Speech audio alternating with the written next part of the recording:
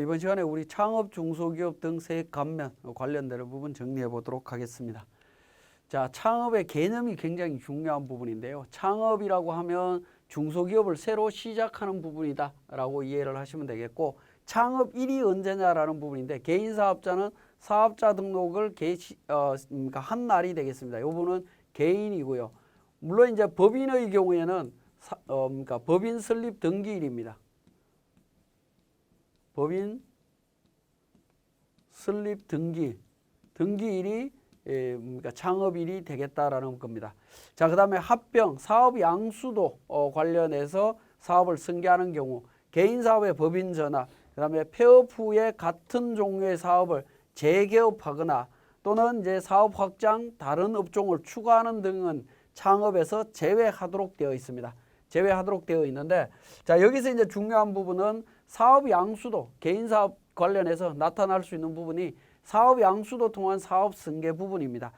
다른 사람이 하던 사업을 승계해갖고 내가 시작을 하게 되면 그 부분은 창업으로 보지 않는다라는 겁니다. 물론 내가 그러한 사업을 처음 시작했다 하더라도 창업에는 해당이 될 수 없습니다. 그 부분 좀 조심하셔야 되는데, 같은 종류의 사업 분류는 표준산업 분류에 따른 세 분류에 의하도록 되어 있습니다. 세 분류에 의한다라는 겁니다. 표준산업 분류는 대중소 세 분류, 세세 분류에서 5단계로 되어 있습니다. 5단계로 되어 있는데, 이 5단계 중에 네 번째 단계까지 같으면 창업으로 보지 않습니다. 네 번째 단계에서 달라져야 된다라고 보시면 되겠습니다. 예를 들어서 한정식집 운영하시는 분이 한정식집을 승계해서 인수해서 사업을 시작하는데, 한정식집을 다시 한다라고 하면 창업이 아니지만, 한정식집을 하지 않고 중식집을 한다, 중국집을 한다라고 하면 그때는 세 분류가 달라지기 때문에 창업에 해당이 된다라고 보실 수 있습니다.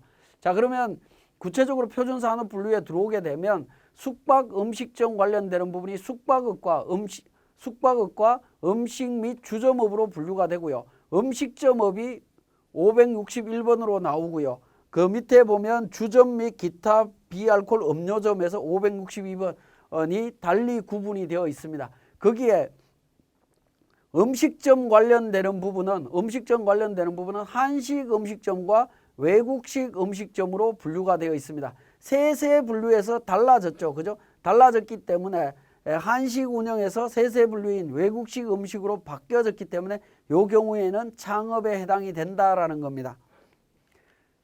자, 그 다음에 음식점의 범위를 한번 보시면, 음식점은 561번 코드로 되어 있다라고 말씀을 드렸고, 한식 음식, 외국 음식, 기관 구내 식당, 출장 이동 음식, 기타 간이 음식점으로 되어 있습니다. 자, 요게 이제 음식점업이고요. 자, 그 다음에 주점 및 비알코올 음료점업에 대한 코드는 562번입니다. 그래서 주점업, 생맥주 전문점, 기타 주점업, 커피 전문, 비알코올 음료점업, 이런 부분들은 음식점으로 해당되지 않습니다. 음식점에 해당되지 않는데 착각해서 음식점으로 오해하셔갖고 창업 감면을 신청하는 경우가 있는데 창업을 받을 수가 없습니다. 음식점이 아니다라는 거 기억을 하셔야 되겠고요. 개인과 동일한 업종 영위하는 법인 설립한 창업 중소기업에 대해서 감면을 적용받을 수 있느냐는 건데, 사업자가 사업을 계속하면서 다른 지역에 별도의 법인을 설립해서 하게 되면 이 부분은 창업에 해당이 되는 걸로 이렇게 이해를 하실 수 있습니다. 자, 그 다음에 프리랜서 미용사가 사업자 등록을 하지 않고 사업을 개시하는 경우 창업에 해당되느냐라는 겁니다. 자, 이 부분은 어떤 부분이냐면 그냥 인적 용역만 제공을 하고 있습니다. 미용사가 미용실에 고용되어 있지 않고 그냥 3.3% 원천 징수되는 사업소득이 발생되는 사업을 시작을 하다가 그 사업을 그만두고 동일하게 내가 미용실을 차려갖고 사업자 등록을 내고 하게 되면 창업이냐라는 부분인데, 창업일은 사업자 등록을 한 날이라고 했죠. 창업의 전제 조건은 사업자 등록이 나와야 됩니다. 기존에는 사업자 등록이 없다가 지금 사업자 등록이 나왔기 때문에 창업이 된다라고 보시면 되겠습니다. 그래서 감면을 적용받을 수 있는 거다, 그렇게 이해를 할 수 있습니다. 자, 창업 중소기업의 업종 요건입니다. 제조, 건설, 음식점, 광고 관련되는 부분으로 해서 음식점이 업종이 나열이 되어 있습니다. 그 업종에 해당되는지 반드시 확인해 보시고, 중요한 부분은 창업 당시부터 감면 업종을 영위하는 경우가 돼야 됩니다. 근데 창업은 했고 업종을 추가를 한다든가 하게 되면 창업에 해당되지 않습니다. 주의하시고요. 창업 중소기업의 지역 요건, 청년 창업 중소기업은 전국 모든 지역에서 적용을 받을 수 있고요. 그 외의 창업은 수도권 과밀역적 권역 외의 지역에서만 가능하다라는 거 기억하셔야 되겠습니다. 자, 표준산업 분류에 의할 경우에 국내에서 생산한 반제품으로 외국에서 완제품을 제조한 후에 판매하는 경우에 어떻게 되느냐 하는 건데, 이 부분은 이제 주된 산업 활동에 따라서 판단하시면 됩니다. 국내에서 반제품을 생산하는 활동이 주된 활동이다라고 하면 제조업에 해당이 될 거고요. 반제품 만들어서 해외에 보내서 완제품으로 바꾸어서 판매를 한다. 그게 주된 활동이다. 완제품 만드는 과정이 주된 활동이다라고 하면 도매업으로 분류가 된다라는 의미입니다. 자, 표준산업 분류에 의할 경우 구입한 부지에 자기 계정으로 아파트를 건설하고 분양은 직접 하는 겁니다. 건설업체에 의뢰해서 아파트를 공사를 의뢰하는 경우가 되겠습니다. 자, 이런 경우에 어떻게 되느냐 하는 건데, 건설 활동을 직접 수행하지 않는 경우 총괄적인 책임 유무와 일괄 도급 여부에 따라서 산업을 결정을 합니다. 자, 구체적으로 보면 건설 활동을 수행하지 않더라도 건설공사에 대한 총괄적인 책임을 지면서 건설공사 분야별로 도급 또는 하도급을 주어서 전체적으로 관리를 한다라고 하면 아파트 건설업으로 분류가 됩니다. 그런데 수행하지 않으면서 전체 건설 공사를 건설업자에게 일괄 도급 주고 건설을 하게 되면 이 부분은 주거용 건물 개발 공급업이 됩니다. 그러니까 직접 건설은 하지 않더라도 분야마다 시공사를 불러서 일을 시킨다라고 하면 이 경우에는 건설업이겠지만, 그렇지 않고 일괄 주는 경우에는 안 된다라고 보시면 되겠습니다. 건설업이 아니다라는 거죠.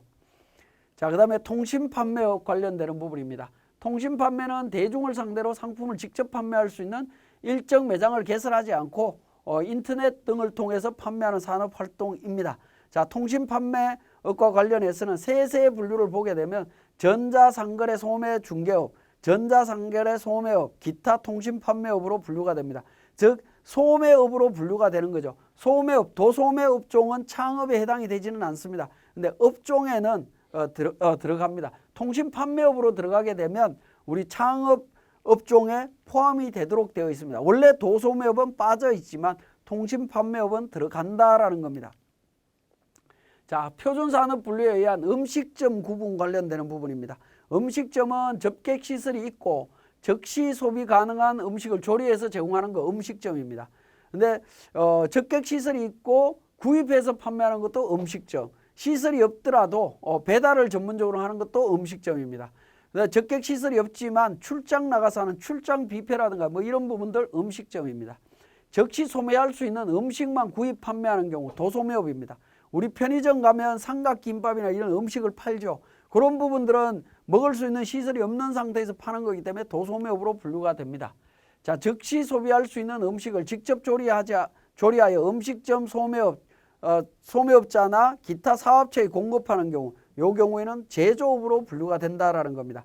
그러니까 음식점이라 하더라도 요건에 따라서 음식점이 될 수도 있고 제조업이 될 수도 있고 도소매업이 될 수도 있습니다. 그래서 이런 구분을 잘 하셔야 되겠습니다. 자, 그 다음에 프랜차이즈 산업의 업종 분류가 되겠습니다.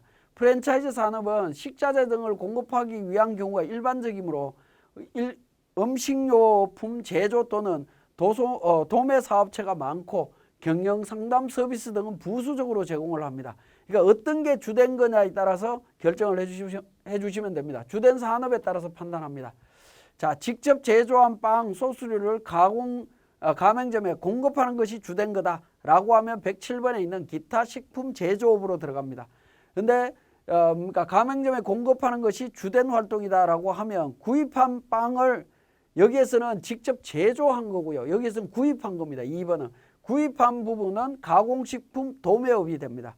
근데 이런 부분들은 부수적인 거고 컨설팅 관련되는 부분으로 들어간다라고 하면 경영 컨설팅업으로 분류가 됩니다. 그러니까 어떤 게 주된 거냐에 따라서 달라진다라는 거 살펴보셔야 되겠고요.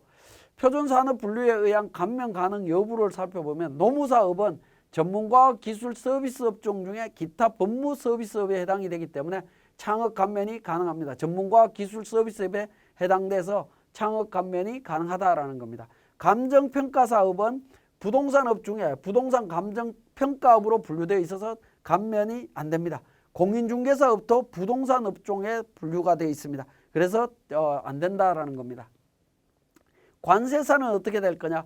관세사업은 통관 대리 및 관련 서비스 업종에 분류가 되어 있고요. 물류산업 범위에서 우리 그러니까 조세특례제한법에 물류산업 범위에서 제외되어 있습니다. 제외되어 있기 때문에 창업 감면에서 배제된다라고 볼 수 있겠습니다. 17년 1월 1일 이후 창업분부터 배제되고 있습니다.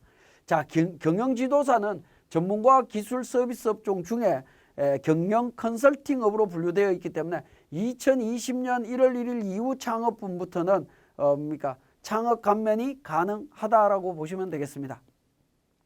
자, 여행사 및 기타 여행 보조 서비스 업종에 대한 감면 여부가 되겠는데 2020년 1월 1일 이후 창업하는 분부터 적용이 가능합니다. 자, 수도권 과밀억제권역 범위에 대한 내용이 나와 있습니다. 자, 우리가 수도권 과밀억제권역이라고 하는 부분은 조세특례를 제한할 때 굉장히 많이 규정이 되어 있는 규정이라고 보시면 되겠습니다. 그래서 수도권 과밀억제권역의 범위가 어떻게 되는지를 반드시 좀 기억을 하셔야 되겠고, 기억하시기는 사실은 어렵겠지만 우리 교재에 어디에 있는지 반드시 확인하신 다음에 과밀억제권역 이야기가 나오면 반드시 지역을 확인하시기 바랍니다. 자, 청년 창업 기업에 대한 요건입니다. 개인 사업자로서 창업하는 경우에는 15세 이상 34세 이하가 청년이다라고 보시면 되겠습니다.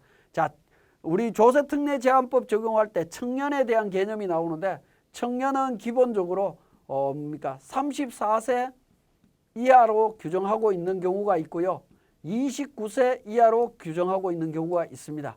이 두 가지가 있기 때문에 구분을 하셔야 됩니다. 34세 이하는 창업 중소기업과 또 청년이 취업했을 때 적용받는 소득세 감면 규정에 두 군데가 있습니다.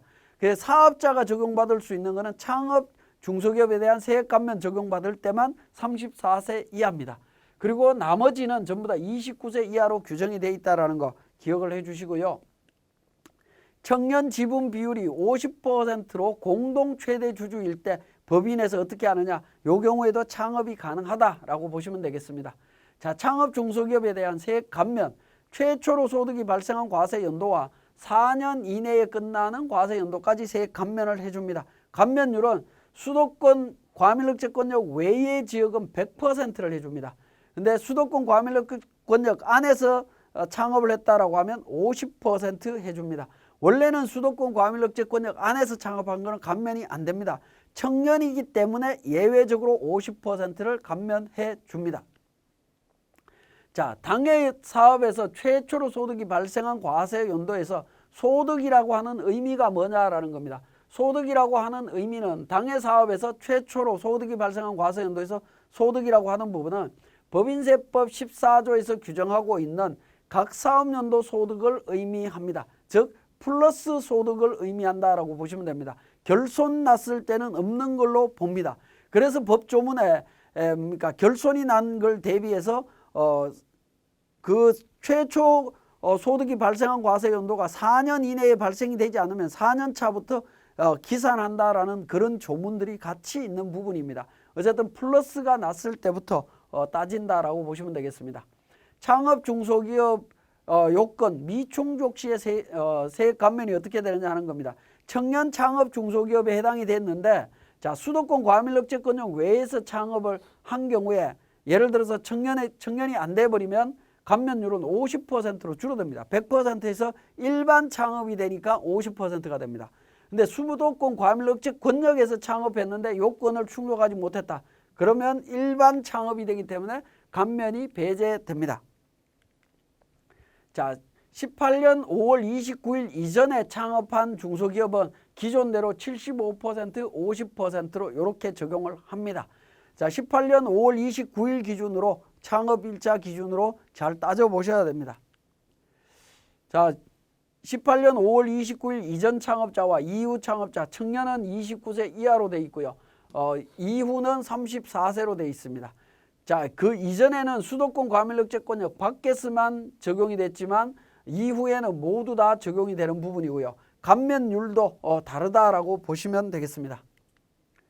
자, 창업 벤처 중소기업에 대한 세액 감면 규정이 있습니다. 요거는 이제 대부분 법인 쪽에서 적용이 되는 부분이니까 넘어가도록 하겠습니다. 에너지 신기술 중소기업과 관련되는 부분 내용 참고로 보시고요. 신성장 서비스업 관련되는 부분, 자, 컴퓨터 프로그래밍이나 시스템 통합 관리업, 엔지니어링 전문 디자인, 보안 시스템 서비스 관련되는 쪽에서는 75%와 50% 감면을 받을 수 있습니다. 영세 사업자 세액 감면 특례, 과세 연도의 수익 금액이 4,800만 원 이하일 때는 수도권 과밀억제권역 외에서는 100%, 수도권 과밀억제권역 안에서는 50%를 감면해주고 있습니다. 근데 영세 사업자의 경우에 4,800만 원으로 규정이 되어 있기 때문에 이게 이익 금액이 아니고 그러니까 수익 금액이 4,800만 원이니까 큰 혜택은 있다고 볼 수 없겠습니다. 자, 세액 감면에 추가 감면 세액이 되겠습니다. 창업 중소기업 등의 기업이 감면을 적용받는 업종별로 업종별 최소 고용인원 이상을 고용하게 되면 수도권 과밀억제권역 외의 지역의 창업 중소기업 등의 감면 기간 중에 상시 근로자 수가 증가한 추가 감면세액을 적용받을 수 있다라는 겁니다. 수도권 과밀억제권역 안은 안 되고 외에서 적용을 가능하다라는 겁니다. 기존 감면을 적용받는 데에서 추가로 더 받을 수 있습니다. 그게 어떻게 되냐면 업종별 최소 고용 인원이 10명, 5명입니다. 이것보다 더 고용을 했다라고 하면 그 고용 비율만큼 증가한 비율만큼 추가로 더 감면을 적용해 주겠다. 그런 의미가 되겠습니다. 자, 수도권 과밀억제권역으로 이전을 하게 되면 어떻게 되느냐? 수도권 과밀억제권역 외의 지역에서 창업한 중소기업이 창업 이후에 수도권 과밀억제권역 안으로 이전을 하게 되면 창업 중소기업은 수도권 과밀억제권역에서 창업한 중소기업으로 본다라는 겁니다. 창업한 중소기업으로 보기 때문에 만약에 청년이 수도권 안으로 들어오게 되면 감면율이 50%로 줄어들 거고요. 만약에 비청년이 창업했는데 수도권 과밀억제권역 안으로 이전을 하게 되면 감면이 배제된다. 뭐 그렇게 이해를 하시면 되겠습니다. 자, 최저한세 및 농어촌 특별세 적용 여부가 되겠습니다. 최저한세 적용 대상입니다. 근데 다만 이제 감면율이 100% 적용이 되거나 감면세액 추가 감면분 적용되는 부분은 최저한세 적용 배제합니다. 추가 감면이라고 하는 건 고용 증가와 관련되는 부분이었죠. 그죠? 고용 증가가 있었을 때 감면율이 늘어나는 부분입니다. 농특세 비과세되고요. 중소기업 사회보험료 세액 공제와 중복 적용이 불가능합니다.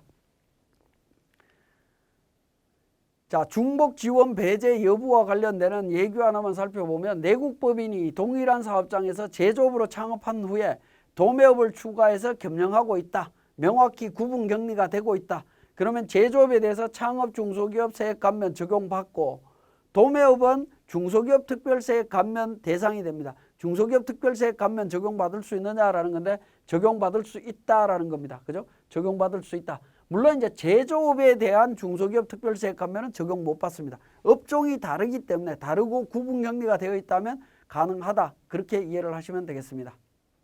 자, 지금까지 설명드린 창업 중소기업 세액 감면에 대해서 우리 세무사랑 프로를 통해서 확인하도록 하겠습니다.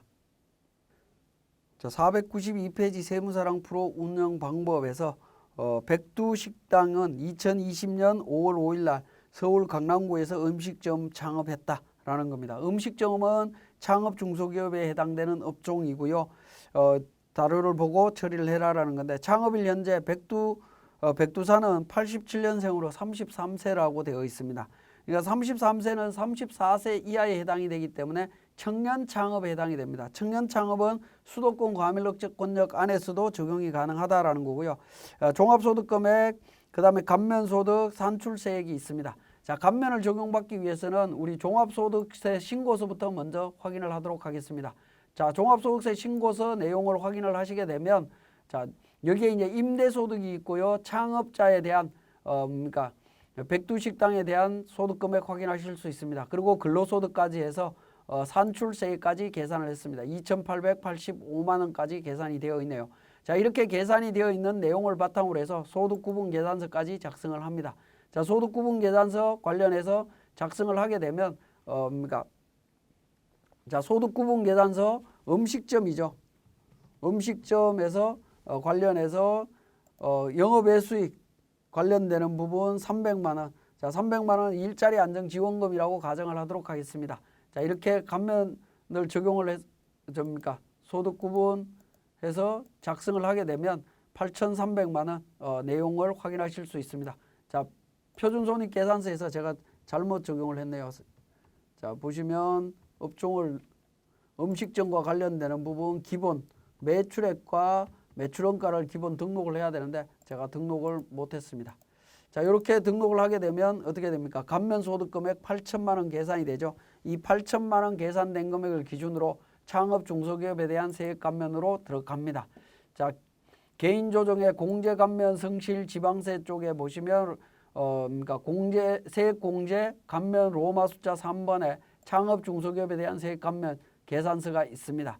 자, 여기에서 창업 중소기업 등에 대한 감면세액 계산서에 맨 오른쪽에 보시면 말풍선이 있죠. 말풍선 클릭하셔갖고 명칭을 선택하시면 됩니다. 우리는 청년 창업 중소기업이었죠. 4번 선택했습니다. 자, 창업 지역은 수도권 과밀역주권역 아닙니다. 서울 지역이니까요. 수도권 과밀역주권역 지역이고 그 다음에 매출액은 4,800만 원 초과 있습니다. 그리고 최초 소득 발생한 과세연도 5월 5일부터 12월 31일 일기 때 적용하시면 됩니다. 자, 산출세액 관련해서는 감면 대상 산출세액을 클릭하시면 팝업창이 뜹니다. 여기에서 불러오기를 통해서 작성을 하시면 됩니다. 그러면 산출세액이 반영이 되어 있고요. 감면소득은 우리 8천만 원 소득구분계산서에서 확인했죠. 자, 8천만 원 적용을 합니다. 그리고 감면율은 청년 창업이고 수도권 과밀역주권역 안에서는 50%입니다. 그래서 반영 버튼을 눌러주시면 감면 기본세액이 반영이 됩니다. 그리고 추가 감면과 관련해서 고용 인원 증가와 관련되는 부분이 있습니다. 있으면 등록하시면 되고 없으면 그대로 822만 7,724원을 감면을 받을 수 있습니다. 자, 이렇게 감면세액 계산하신 다음에 우리 세액공제 감면 쪽에 가시면 감면세액 조정명세서가 있습니다. 감면세액 조정명세서에서 다시 F12 불러오기를 통해서 반영을 하실 수 있습니다. 자, 먼저 F4번 구분에 F2번 창업 중소기업과 관련되는 부분 선택을 합니다. 창업 중소기업 관련되는 부분 선택을 합니다. 창업이라고 해서 조회를 하게 되면 여기 두 개가 나타나죠. 최저한세 적용과 최저한세 적용 대상과 배제가 있는데 최저한세 적용 대상으로 해서 확인 버튼을 눌러주시고요. 산출세액과 감면소득 금액 등록하시면 됩니다. F12 불러와서 쭉 정리를 하시게 되면 감면세액 계산이 되고요. 종료하고 세액공제 감면 로마 숫자 1번에 세액감면 신청서 작성을 합니다. 신청서에서 F12 불러오기를 통해서 작성하시면 됩니다. 자, 불러오기를 통해서 작성하시게 되면 창업 중소기업에 대한 세액감면 최저한세 적용 대상이다 해서 감면세액 확인하실 수 있고요. 저장합니다. 저장하고 다시 과세표준 및 세액 계산에 가서 종합소득세 신고서로 갑니다. 신고서의 8번째 탭에 있는 종합소득세 소득 계산에서 세액 감면 탭에서 커서를 두고 F8번 세액 감면 조정이라고 있습니다. 클릭해서 반영을 해주시면 됩니다. 반영해 주시면 감면세액이 반영돼서 차감되는 것을 확인하실 수 있습니다. 자, 지금까지 우리 창업 중소기업에 대한 세액 감면 내용이었습니다.